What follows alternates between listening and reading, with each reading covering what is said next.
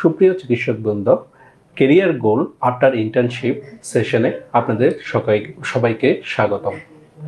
আমাদের আজকের সেশন সেই সকল ইন্টার্ন চিকিৎসকবৃন্দের জন্য যারা এখনো ঠিক করতে পারেননি ইন্টার্ন পরবর্তীতে কোন সাবজেক্টে কেরিয়ার করবেন। আজকে আমাদের সাথে সার্জারিতে কেরিয়ার সম্পর্কে আলোচনা করার জন্য আছেন আমাদের সার্জারির জনপ্রিয় মেন্টর ডক্টর মুস্তাফিজুর রহমান ভাই। এমবিবিএস পাশ করেছেন সোহরাওয়ার্দী মেডিকেল কলেজ থেকে, পরবর্তীতে বিসিএস এবং এফসিপিএস পার্ট 1 অ্যান্ড এখন ফেজে অর্থোপেডিক সার্জারিতে বাংলাদেশ মেডিকেল ইউনিভার্সিটিতে আছেন। ভাই আসসালামু আলাইকুম। ওয়ালাইকুম আসসালাম। শুরুতে ভাই আপনাকে একটা কোশ্চেন করতে চাই, কেন সার্জারিকে ক্যারিয়ার হিসেবে চুজ করবে একজন ইন্টার্ন চিকিৎসক পরবর্তীতে? আচ্ছা, আপনাকে ধন্যবাদ আমাকে আমন্ত্রণ জানানোর জন্য। চমৎকার একটি প্রশ্ন করেছেন। আমি আমার ব্যক্তিগত লাইফ থেকে যদি একটু শেয়ার করি, সার্জারি আমি কেন চুজ করেছি, আমার মনে হয় সেখান থেকে এখন যারা ইন্টার্ন চিকিৎসক আছেন তারা কিছুটা উপকৃত হবেন। মূলত আমি একটু ফাঁকিবাজি স্টুডেন্ট ছিলাম।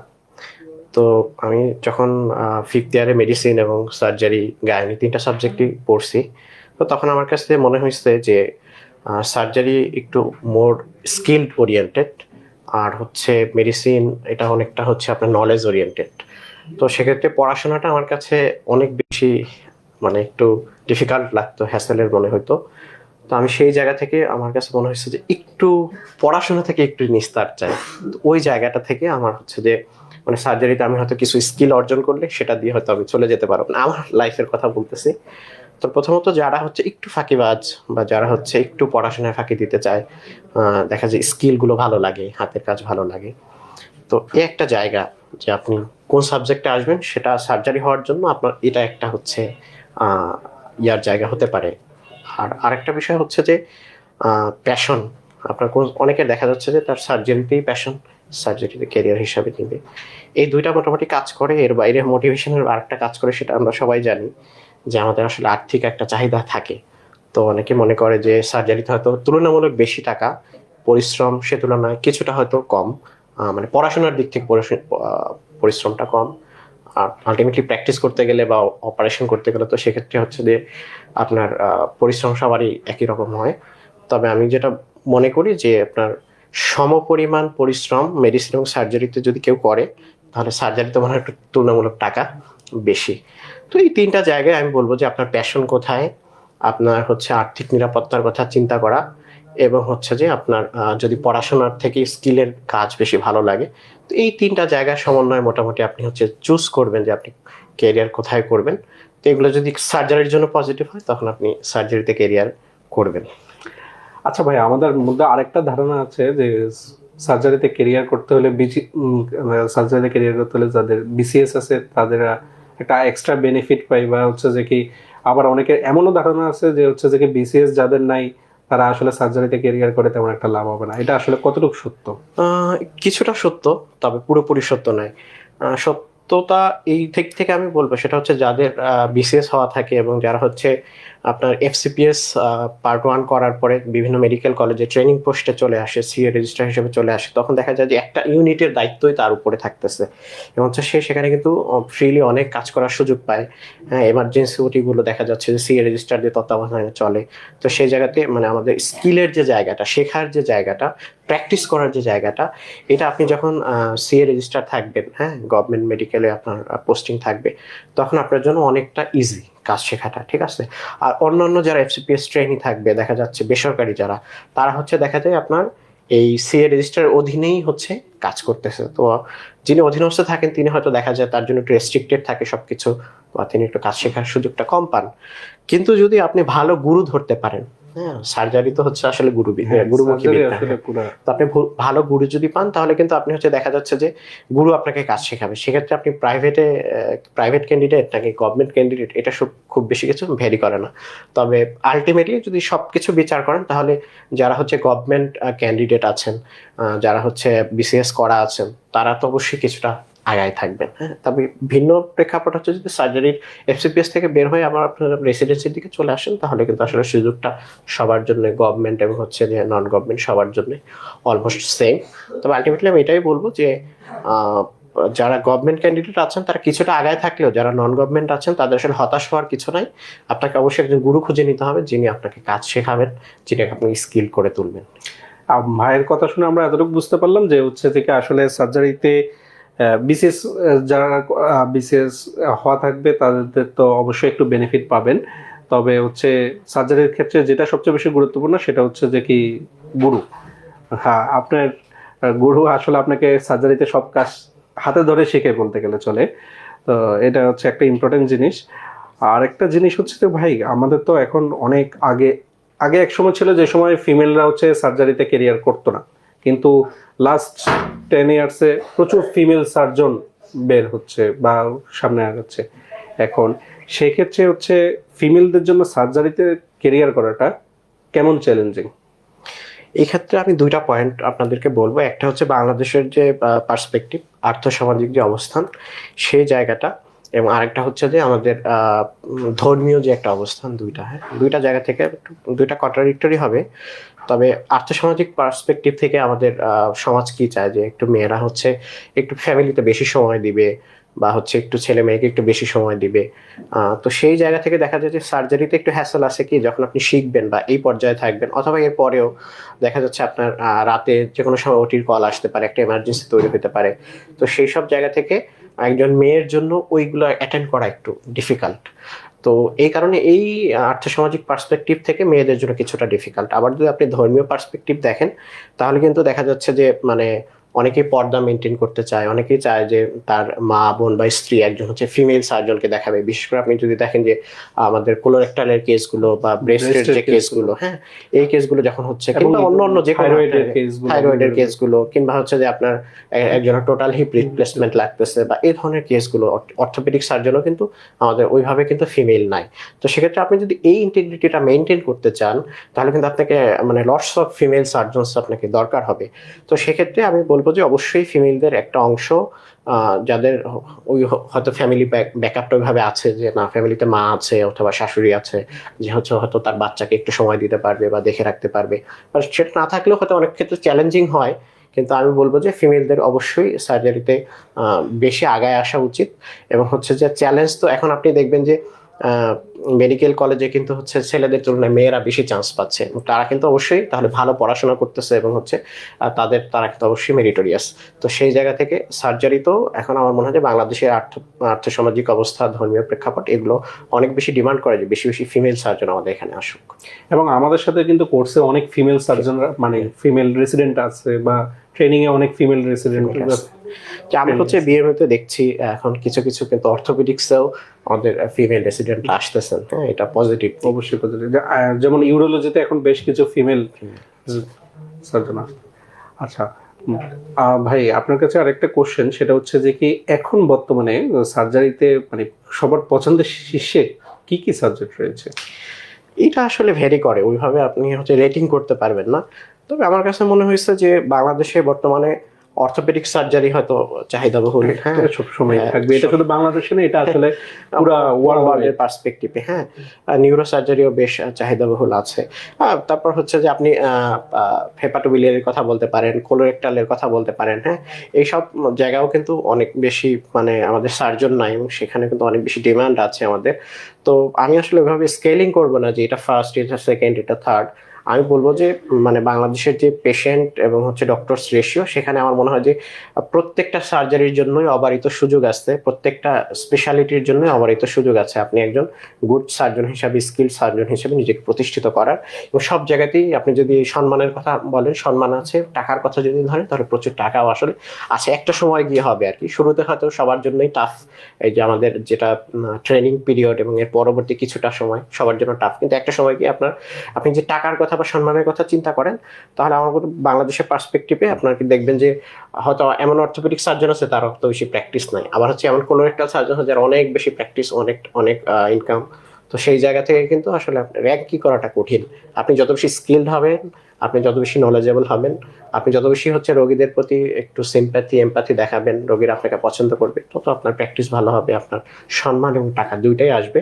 সো আমি এখানে আসলে র্যাঙ্কিং করবো না, তবে মানুষ মনে করে হয়তো অর্থোপেডিক্স বা এগুলো একটু আগায় আছে। ভাইয়ের কথার সাথে আমি একমত যে হচ্ছে যে কি এইভাবে আসলে র্যাঙ্কিং করা যায় না। যদিও বা অর্থোপেডিক্সের জনপ্রিয়তা এটা অন্যরকম, কিন্তু আসলে সার্জন হিসেবে সবচেয়ে বেশি যেটা দরকার সেটা হচ্ছে যে কি স্কিল সার্জন হওয়া। ভাই আপনি এখন যদি একজন ইন্টার্ন যদি চিন্তা করে যে হচ্ছে সে সার্জারিতে ক্যারিয়ার করবে, তাহলে তার জন্য বেটার অপশন কোনটা হবে? তার জন্য সবচেয়ে ভালো কোনটা হবে? সে কি এফসিপিএস দিবে নাকি হচ্ছে সে এমএস দিবে? আচ্ছা, এখন যারা ইন্টার্ন আছে সম্ভবত এখন দুইটা সেশন ইন্টার্ন করতেছে, একটা হচ্ছে 18-19 সেশন এবং হচ্ছে 19-20 সেশন। তো দুইটা সেশনের জন্য আমার সেম কথা থাকবে। আমরা জানি যে আপনার এমএস বা এমডি পরীক্ষা দেওয়ার জন্য কিন্তু ইন্টার্নশিপ শেষ হওয়ার পরেও আপনার 1 বছরের একটা গ্যাপের দরকার হয়। তাহলে আপনি একজন ক্যান্ডিডেট হিসেবে প্রথম যে পরীক্ষাটা আপনি দিতে পারবেন সেটা হচ্ছে এফসিপিএস, কারণ এফসিপিএস এ এরকম কোনো গ্যাপের দরকার নেই। আপনি হচ্ছে পাশ করলেন, আপনি ইন্টার্নশিপ কমপ্লিট করার পরে আপনি যদি বিএমডিসি রেজিস্ট্রেশন পেয়ে যান, তাহলে এর পরপরই যে এফসিপিএস পার্ট 1 পরীক্ষাটা আপনার সেখানে কিন্তু অ্যাটেন্ড করতে পারতেছেন। তাহলে আমি বলবো যে আপনাকে প্রথমে যেটা টার্গেট করতে হবে সেটা হচ্ছে কিন্তু কি এফসিপিএস পার্ট 1। যারা ধরেন ঢাকা ইউনিভার্সিটির অধীনে আমাদের 18-19 সেশনের ইন্টার্ন আছেন, তাদের হয়তো সেপ্টেম্বর অক্টোবরে গিয়ে হচ্ছে ইন্টার্নশিপ শেষ হয়ে যাবে 26 সালে, বা একটা আগে পরে হতে পারে। তাহলে তারা প্রথম যে পরীক্ষাটা পাবে সেটা হচ্ছে ডিসেম্বরের কি পার্ট 1। তাহলে তারা যদি এখন থেকেই শুরু করে এবং হচ্ছে তাহলে প্রায় 9 মাস বা 10 মাসের একটা দীর্ঘ সময় তারা পড়াশোনার জন্য পাচ্ছে। যারা প্রত্যেকদিন অল্প অল্প অল্প অল্প করেও পড়া কমপ্লিট করে রাখে। ধরেন তারা সিনাপসে ভর্তি হলো, আপনার লং ব্যাচে ভর্তি হলো, কিংবা হচ্ছে যে শুধু বেলি লাভ ব্যাচেও যদি ভর্তি হয়, হ্যাঁ, প্রত্যেক দিনের যে ক্লাসগুলো তারা রেগুলার যদি করে রাখে, তারপর হচ্ছে যে এক্সামগুলো রেগুলার দেয়, সলভ ক্লাসগুলো রেগুলার করে, তাহলে এই ইন্টার্নশিপের মধ্যেই কিন্তু দেখা যাচ্ছে তার সবগুলো লেকচার প্রিপেয়ার হয়ে যাবে, পুরো যিনি বইটা পড়া হয়ে যাবে। এরপর ইন্টার্নশিপ শেষের পরে যে 1-2 মাস সময় পাবে, তখন যদি ডেইলি সে 10-12-14 ঘন্টা করে পড়ে, একটা লেগে থাকে, তাহলে কিন্তু ওই 1-2 মাসের মধ্যেই সে একটা ভালো দখল নিয়ে আসতে পারবে এবং নেক্সট যে হচ্ছে যে পার্ট 1টা হবে সেটাই কিন্তু সে অ্যাটেন্ড করে এবং তার কিন্তু হয়ে যেতে পারে। এর আমাদের কিন্তু অনেকগুলো উদাহরণ আছে সিনাপস থেকে, আমরা দেখেছি যে ইন্টার্নশিপ শেষের 1 মাস পরেই পার্ট 1 হয়েছে এবং সেখানে সে অ্যাটেন্ড করে কিন্তু পাস করে গেছে। ঠিক আছে, সো আমি বলবো এখন যারা ইন্টার্ন আছেন তাদের জন্য বেস্ট চয়েস হবে কি, তার জন্য বেস্ট চয়েস হবে অবশ্যই আজকে থেকে এফসিপিএস পার্ট 1 এর জন্য লেগে পড়া। এবং সার্জারিতে কিন্তু আরেকটা জিনিস আপনি একটু মজাদার, সেটা হচ্ছে যে এফসিপিএস পার্ট 1 এবং রেসিডেন্সি প্রিপারেশন, এই দুটো কিন্তু অলমোস্ট কাছাকাছি, হয়তো 80-90% অনেক ক্ষেত্রে সেম। তো পরবর্তী 1 বছর পরে সে যখন রেসিডেন্সিতে অ্যাপিয়ার করবে, তখন কিন্তু তার পড়াটা অলমোস্ট কাছাকাছি থাকবে, জাস্ট একটু রিভিশন দেওয়া থাকলে বা এক্সামগুলো একটু দেওয়া থাকলে তার জন্য অনেকটা ইজি হয়ে যাবে। সো আমি আপনার এই প্রশ্নের উত্তর এক লাইনে যদি সাম আপ করি, তাহলে সেটা বলবো যে অবশ্যই তাদের জন্য ফার্স্ট চয়েস হচ্ছে এফসিপিএস পার্ট 1 অ্যাটেন্ড করা। আর যারা হচ্ছে যে কি যেসব ইন্টার্ন অলরেডি হচ্ছে যে কি আমাদের ইন্টার্ন ভাই এবং বোনেরা আছে, যারা হচ্ছে যে কি যাদের এই ফেব্রুয়ারি 28 তারিখে ইন্টার্ন শেষ হবে, যার কারণে তারা কিন্তু হচ্ছে এই বছরের নভেম্বরে রেসিডেন্সি পরীক্ষা দিতে পারবে, এবং তাদের ক্ষেত্রে এখন কি করা উচিত? যারা এখনো পড়াশোনা করে নাই, হচ্ছে শুরু করে নাই, যে শুরু করবে, সেক্ষেত্রে কি এই 2-3 মাসের মধ্যে সে এফসিপিএস দিবে নাকি হচ্ছে যে কি তার এখন রেসিডেন্সি দেওয়া উচিত? আচ্ছা, আমি এখানে আপনাকে এভাবেই বলবো যে তাকে অবশ্যই এফসিপিএস পার্ট 1টা শুরুতে দেওয়া উচিত, যেহেতু জুনে সে একটা পার্ট 1 পাবে। তো যদি তার কোনো কারণে নাও হয়, যে অল্প সময় পাইছে, কিন্তু এই পার্ট 1টা কিন্তু তার হচ্ছে তার পরবর্তী রেসিডেন্সির যে এক্সাম সেটার একটা প্রিপারেশন হিসাবে অনেক বড় কাজ করবেন, যেটা আমি একটু আগে বলতেছিলাম যে প্রায় 80-90% পড়াশোনা কিন্তু কাছাকাছি, কিছুটা হয়তো ডিফারেন্স আছে, বিশেষ করে বেসিকের সিলেবাসটা একটু এক্সটেন্সিভ আছে, কিন্তু সেটা খুব বেশি না। এবং সে কিন্তু জুনে পরীক্ষা দেওয়ার পর নভেম্বর পর্যন্ত প্রায় 5 মাস সময় পাচ্ছে। ঠিক আছে, এই যে পরবর্তী যে মানে প্রিপারেশনটা সেটা ঝালাই করে নেওয়ার জন্য। তো কোনো কারণে যদি তার জুন মিসও হয়ে যায়, তার কিন্তু হচ্ছে নভেম্বরে গিয়ে রেসিডেন্সি হয়ে যাবে এবং পরবর্তী ডিসেম্বরে কিন্তু তার হচ্ছে পার্ট 1 হয়ে যাবে। ঠিক আছে, সো আমি বলবো যে যারা চিন্তা করতেছেন যে অল্প সময় এখন কি প্রিপারেশন নিব, একবারে রেসিডেন্সির প্রিপারেশনটা নেই, আমি বলবো যে না, আপনি হচ্ছে যে মানে আমার হয়তো অন্য কারো মতামত ডিফারেন্ট হতে পারে, বাট আমার পরামর্শ হচ্ছে যে আপনি এখন শুরু করলেও সেটা হচ্ছে নেক্সট জুনকে টার্গেট করে আপনি হচ্ছে এফসিপিএস পার্ট 1 এর প্রিপারেশন নেন। এটা আপনার একই সাথে রেসিডেন্সির প্রিপারেশনও হেল্প করবে। বুঝতে পারছেন? প্রিপারেশনটা আসলে মানে কিভাবে নেওয়া উচিত, এটা যদি একটু বলতেন, মানে কখন থেকে শুরু করা উচিত, বা হচ্ছে কি কি আমার হচ্ছে যে কি। আচ্ছা, প্রথমত আপনি যেটা বললেন সেটা হচ্ছে তো আপনাকে আগে স্থির করতে হবে যে আমি সার্জারি ফ্যাকাল্টিতে আসবো, কারণ FCPS পার্ট 1-এর যে প্রিপারেশন সার্জারিতে 11টা-12টা যে সাবজেক্ট আছে সবগুলোর জন্য কিন্তু সেম। আপনি জাস্ট যখন ওই এক্সামের আগে ফর্ম ফিল আপ করবেন তখন হচ্ছে আপনাকে সাবজেক্ট চয়েস করতে হবে, কিন্তু প্রিপারেশনটা কিন্তু সেম। সো যদি আপনার জাস্ট ফ্যাকাল্টিটা হচ্ছে নির্ধারিত হয়ে যায় যে আমি সার্জারি ফ্যাকাল্টিতে FCPS পার্ট 1 দিব, তাহলে আপনি আজকে থেকেই শুরু করেন। আচ্ছা, কিভাবে শুরু করবেন? আমাদের পার্ট 1টা হচ্ছে মূলত বেলি লাভ বেসড হয়, মাঝে মাঝে আবার দেখা যায় যে বেসিক থেকেও কোশ্চেন বেশি আসতেছে, তবে আমি প্রেফার করি বেলি লাভ বেসড পড়া। ঠিক আছে, বেলি লাভের যেমন হচ্ছে প্রথম দিকের যে 25টা চ্যাপ্টার, বেসিক প্রিন্সিপাল, দেন হচ্ছে আপনার অ্যাবডোমেন রিলেটেড যে চ্যাপ্টারগুলো আছে, এন্ডোক্রাইন সার্জারি যে চ্যাপ্টারগুলো আছে, এই জায়গা থেকে কিন্তু মানে কোশ্চেন বেশি আসে। তো এগুলোতে একটু বেশি প্রেফারেন্স দেয়া। দেন হচ্ছে আমি বলবো যে আপনার হ্যাঁ ওগুলোতে, এবং বেসিকটা আপনি যখন পড়বেন তখন বেলি লাভের সাথে একটু আপনি কি করবেন, একটু হচ্ছে কম্বিনেশন করে বা হচ্ছে কোরিলেট করে পড়বেন। যেমন আপনি হচ্ছে যখন বেলি লাভের চ্যাপ্টার 5 আর চ্যাপ্টার 6 পড়বেন, যেখানে সার্জিক্যাল ইনফেকশনের কথা বলা আছে বা ট্রপিক্যাল ইনফেকশনের কথা বলা আছে, তখন হচ্ছে মাইক্রোবায়োলজিটা আপনি কম্বিনেশন করে পড়বেন। কিন্তু আপনি চ্যাপ্টার 10, 11, 12 এদিকে মনে হয় সম্ভবত আছে নিউপ্লাসিয়ার যে রিলেটেড যে চ্যাপ্টারগুলো, সেগুলো কিন্তু সেখানে আলোচনা করা হয়েছে। তো আপনি যখন প্যাথোলজিতে নিউপ্লাসিয়া পড়বেন তখন এগুলোর সাথে একটু কোরিলেট করে পড়বেন। আবার আপনি যখন প্যাথোলজি শক পড়বেন, যখন সেকেন্ড চ্যাপ্টারের সাথে বা ওন হিলিং যখন পড়বেন, তখন হচ্ছে থার্ড চ্যাপ্টারের সাথে আপনি এটা কোরিলেট করে পড়বেন। হ্যাঁ, আপনি যখন ফিজিওলজি পড়বেন তখন হচ্ছে আপনি যে আমাদের ওখানে হেমোরেজ আছে, দেন হচ্ছে আমাদের ব্লাড প্রোডাক্টস আছে, সেগুলো নিয়ে যে আলোচনা আছে বেলি ল্যাবের যে জায়গাগুলোতে, সেই জায়গাগুলোতে আপনি কোরিলেট করে পড়বেন। আমি কোরিলেট করে পড়লে কিন্তু দেখা যাচ্ছে যে আপনার জন্য অনেক বেশি ইজি হয়ে যাবে। এটাই হচ্ছে সার্জারির মানে পার্ট 1 বলেন আর রেসিডেন্সি বলেন, এটার মজা। সেটা হচ্ছে বেলি ল্যাবের সাথে আপনি কিন্তু বেসিককে কোরিলেট করে পড়তে পারতেছেন। তো আমি হচ্ছে যে বলবো যে এভাবে আপনি কোরিলেট করে আজকে থেকেই শুরু করেন। সিটআপসের সাথে আপনি লং ব্যাচে ভর্তি হতে পারেন, কম্বাইন ব্যাচে ভর্তি হতে পারেন, আজকে থেকেই শুরু করেন। এবং হচ্ছে যে আপনি যেভাবে বললাম এভাবে পড়া শুরু করেন। যদি আপনি সময় নাও পান ইন্টারনেট ফাঁকে, আমি বলবো যে জাস্ট প্রত্যেকদিন 1-1.5-2 ঘন্টা সময় বের করে আপনি হচ্ছে লেকচারগুলো দেখে ফেলেন, এবং হচ্ছে লেকচারগুলো দেখে বইটা দাগায় রাখেন, এক্সামটা দেন, এক্সামের সলভ ক্লাসটা করেন, তাহলে আপনি প্রিপারেশন মোটামুটি 60-70% কমপ্লিট হয়ে থাকবে। এবং ইন্টার্নশিপ শেষে যখন আপনি 2-3 মাস সময় পাবেন, তখন হচ্ছে আপনি 1-2বার রিভাইজ দিলে আপনার প্রিপারেশনটা কমপ্লিট হয়ে যাবে। অসংখ্য অসংখ্য ধন্যবাদ মোস্তাফিজ ভাইকে।